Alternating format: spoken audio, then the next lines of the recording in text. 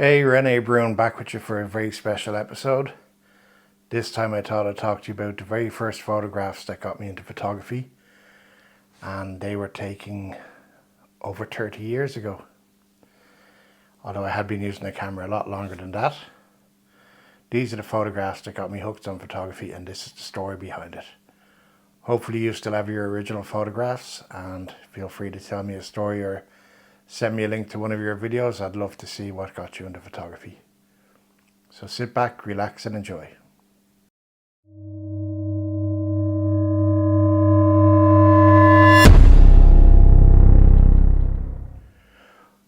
Okay, so it was August 1994. I lived in Germany at the time. I was working. There wasn't much work here in Dublin.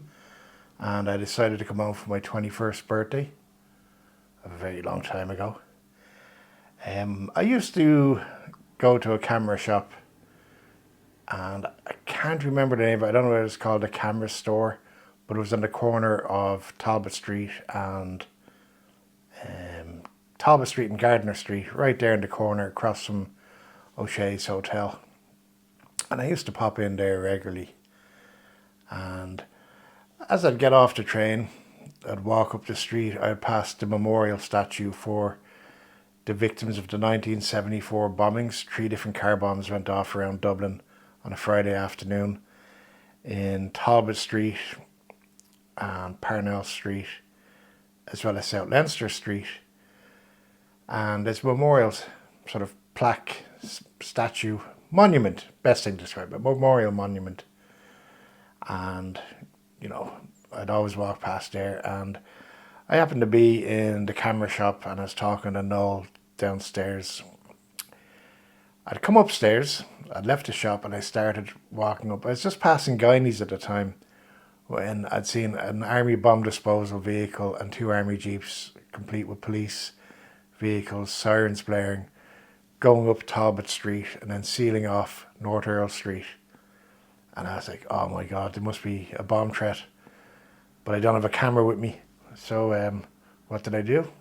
I knew the guys well enough in the shop, and I ran back down to the camera shop, said, listen, there's a bomb threat or a bomb scare going on in North Earl Street. I don't have my camera. Can I borrow a camera and some film? So they gave me a Yashica 103, and it's amazing how I remember that, but that's the camera. And a roll of 36, I think it was Ilford. Was it Ilford Orto? No, I don't think Ilford Orto. It was Ilford. It was an Ilford black and white film anyway. Popped the film into the camera, went up the street, started taking photographs, you know. I was taking pictures of pretty much everything that was going on at the time. And I remember I was taking one particular shot of a soldier standing in a doorway, and he basically told me to fuck off. And in fairness, it makes sense. You know, if he's there on a professional, being a professional, doing a job, he doesn't necessarily need a portrait. I should be just there to photograph the scene. So I photographed the scene. I remember it clearly. I was taking so many different shots that by the time bomb disposal came to do a controlled explosion of the vehicle, I'd ran out of photographs, ran out of film, because I was so excited, just firing away, you know, as you do. Of the original 36, I had a negative which had 2 shots on it, which I found a number of years later when I worked in the Sunday Tribune newspaper. And I got the original shots printed up from that negative. And it's taken me 30 years to eventually get them framed. But I got them framed, and I absolutely love it. I love the photograph. You'll see it at the end.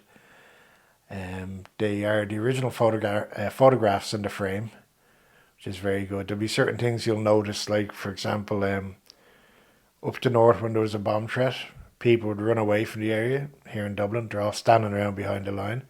And I remember people clapping, going, blow it up, blow it up, blow it up. Crazy dubs, as we are. You'll also notice the spire isn't actually in the photograph because it wasn't there at the time. Yeah, very interesting. There used to be a little shop in the corner beside the camera shop, I also remember.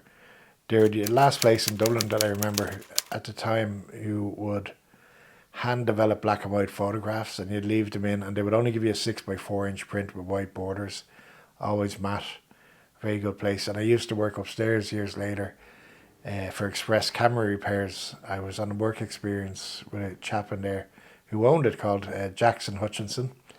I used to repair cameras, and that's when I learned for the first time not to touch capacitors with your finger at both ends. I got a little bit of a shock. It was from a very old Metz flash gun, the really big ones that would attach to the side of the camera, you know, the press cameras. But anyhow, these are the photographs, these are the stories, and I hope you enjoyed that. So you're going to see the image now. And thank you to all my new subscribers and all my existing subscribers, because I'm currently at 757 subscribers. Ideally, I'd like to get to 1,000 by the end of the year. So if you can, like, share and subscribe, share the video with friends, anyone interested in photography or Ireland or Irish stories. Okay, see you in the next episode.